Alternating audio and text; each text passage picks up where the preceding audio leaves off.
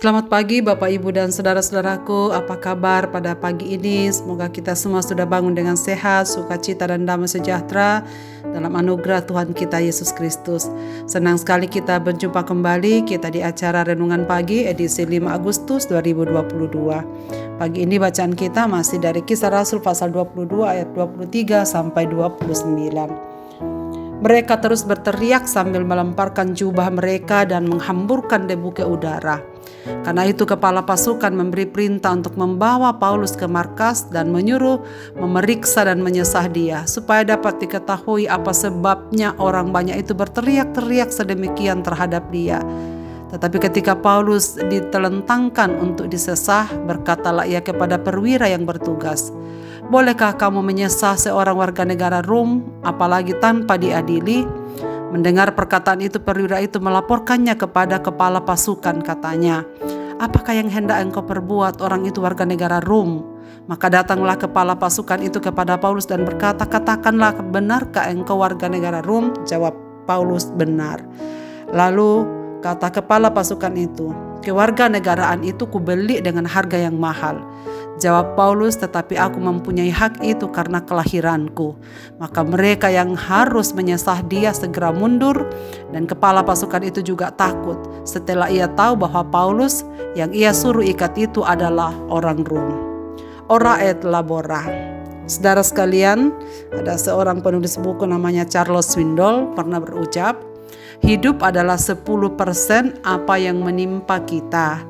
Sisanya 90% itu adalah bagaimana kita bereaksi terhadap setiap peristiwa yang terjadi pada kita."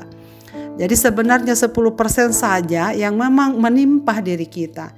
Tapi 90% itu terjadi akibat bagaimana kita bereaksi terhadap segala sesuatu yang terjadi dalam hidup kita. Pesan ini cukup kuat saudara sekalian dalam konteks pasang surutnya dinamika kehidupan kita.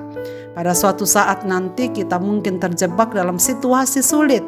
Dan cara kita berespon terhadap situasi sulit itu akan sangat menentukan apa yang akan terjadi berikutnya. Kondisi demikian memaksa kita untuk bertindak. Apakah kita pasrah saja atau mencari solusi agar lepas dari petaka, ataukah kita frustasi lalu kemudian kita menyerah? Saudara sekalian, Paulus pun pernah terjebak dalam kondisi darurat.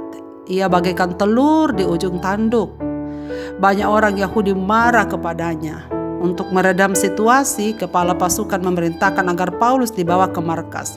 Di sana mereka akan memeriksa dan menyesahnya untuk mencari tahu penyebab kerusuhan itu.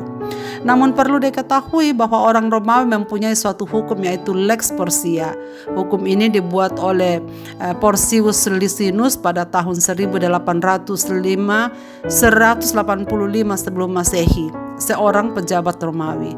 Menurut hukum ini, hakim yang menolak mendengar pembelaan seorang warga negara Roma akan dijatuhi sanksi. Penaltinya sangat serius, yaitu hukuman mati. Saudara, itu sebabnya pada waktu Paulus ditelentangkan untuk disiksa, akhirnya Paulus meminta hak istimewa itu. Pasalnya, Paulus mempunyai status warga negara Roma. Setelah memeriksa informasi itu, kepala pasukan itu pun menjadi takut, sebab kalau itu sampai terjadi, hukuman baginya adalah hukuman mati. Paulus cerdik untuk keluar dari tekanan saudara sekalian. Ia mengeluarkan senjata rahasianya pada saat yang tepat. Menariknya, solusi itu sama sekali tidak melanggar peraturan. Ia tetap jujur dan berlaku tidak curang. Pendeknya, Paulus cerdik seperti ular, namun tulus seperti merpati. Menurut Matius 10 ayat 16, ia tetap punya anugerah untuk melewati masa-masa sulitnya. Saudara-saudaraku, memang lazimnya berat penderitaan dan pergumulan kehidupan adalah salah satu penyebab iman seseorang menjadi lemah. Tanpa mata yang memandang hanya kepada Kristus, maka tentu kita tidak mungkin punya kekuatan dan keberanian untuk menapaki hari-hari ke depan. Apabila melihat berdasarkan kacamata manusia, tentu saja rasanya sudah tidak kuat dan tidak ada keberanian lagi untuk terus melangkah.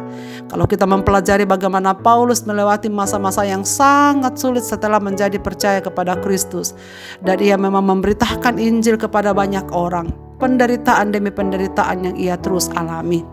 Akan tetapi Tuhan meyakinkan Paulus bahwa dia akan terus melangkah memberitakan Injil bahkan sampai ke Roma. Kristus dan kuasa kebangkitannya yang menjadi pusat dari pemberitaan Paulus itulah yang melindungi dia dan menyertainya. Sebagaimana Tuhan telah menyertai Paulus pada masa-masa sulitnya di masa lampau, demikian pula Tuhan akan tetap menyertai dan melindunginya pada masa-masa yang akan datang. Saudara sekalian, kehidupan dan penderitaan memang dua hal yang sangat terkait erat, bahkan kadang-kadang tak terelakkan. Apabila dalam hidup ini kita hanya berfokus pada masalah yang ada, maka tentu saja akan sulit bagi kita untuk mengerahkan mata hati kita kepada Kristus. Tuhan selalu punya tujuan yang indah dalam kehidupan kita, saudara sekalian. Tidak ada pergumulan dan penderitaan apapun yang terjadi dalam hidup ini dapat menggagalkan tujuan dan rancangan Tuhan bagi kita sekalian, dan masa-masa di mana Tuhan untuk menyatakan diri dan belas kasih-Nya kepada kita. Karena itu saudara sekalian, mari kita terus berjalan dalam rancangan Tuhan dengan tetap mengingat bahwa sudah sampai sejauh ini Tuhan sudah memimpin kita, maka Ia pun akan menyertai kita di masa-masa sulit yang akan kita jalani ke depan. Sebab itu jangan takut dan mari kuatkan hati kita, karena Tuhan yang sama yang akan terus menyertai kita di masa yang akan datang. Saudara, kita bisa mempelajari dua hal dari pengalaman Paulus. Yang pertama, ia arif. Paulus bukan sosok pengecut yang takut menderita. Ia tetap menjalani dengan arif dan bijaksana apapun yang Tuhan izinkan terjadi dalam hidupnya. Namun ia tahu apa yang harus ia jalani. Ia tidak akan pernah mengenal kata menyerah. Yang kedua, ia proaktif. Paulus tidak merengek di hadapan masalah. Ia tidak menyerah dan putus asa dan mengharapkan belas kasihan orang lain. Ia tidak tinggal diam dan menengadah. Sebaliknya, ia memutar otak menemukan pemecahan masalah. Selagi ia masih bisa, ia tak ingin menjadi beban bagi orang lain. Maka berjuang sampai ketemu jalan keluarnya, itulah yang menjadi kekuatan Paulus. Paulus menjalankan dengan seimbang apa arti prinsip ora et labora, bekerja dan berdoa. Ia memang tidak pernah melupakan Tuhan dan menyerahkan diri sepenuhnya kepadanya. Bahkan nyawanya pun diserahkan dalam tangannya. Tetapi ia juga tidak pernah berhenti untuk berjuang. Ia bekerja dan ia tak kenal jeri lelah untuk berhenti dan menyerah dalam segala keadaan. Saudara-saudaraku, dalam penyerahan diri kita kepada Tuhan, jeri lelah kita tidak akan sia-sia. Ora et labora kiranya menjadi tetap prinsip hidup kita menjalani kehidupan ini. Marilah kita berdoa. Bapa di sorga, Bapa, di dalam nama Tuhan Yesus, kiranya Engkau memberikan kami kekuatan untuk menjalani kehidupan kami sama seperti apa yang dilakukan Paulus. Berikanlah kami hati yang arif, yang bijaksana, bertekun menjalani segala sesuatu yang harus kami jalani. Tapi berilah kami juga kekuatan untuk senantiasa proaktif. Bagaimana caranya kami melewati setiap masalah-masalah dan kehidupan kami. Karena kami percaya bahwa dalam penyerahan diri kami kepada Tuhan, dan dalam perjuangan kami mencari jalan keluar apapun yang terjadi dalam hidup kami, Tuhan akan selalu menolong kami untuk memberikan solusi yang terbaik.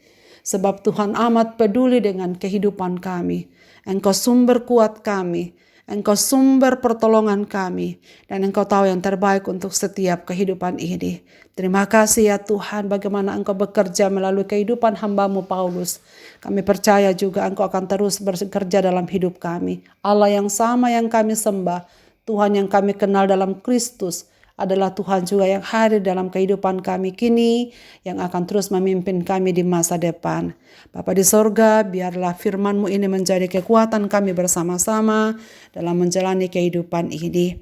Karena itu ya Tuhan, kuatkan dan teguhkanlah kami untuk senantiasa berpegang teguh kepada Tuhan sendiri. Kepadamu Tuhan kami serahkan hidup kami sepanjang hari ini dalam berbagai aktivitas kami, segenap pendengar renungan pagi dimanapun mereka berada dan dalam segala perjalanan hidup mereka. Sertailah mereka ya Tuhan supaya mereka menikmati pertolongan-Mu dari hari ke hari. Di dalam dan demi nama Yesus Kristus Tuhan kami serahkan diri dalam tangan-Mu. Amin. Selamat beraktivitas Bapak Ibu dan saudara-saudaraku. Tuhan Yesus memberkati kita sekalian.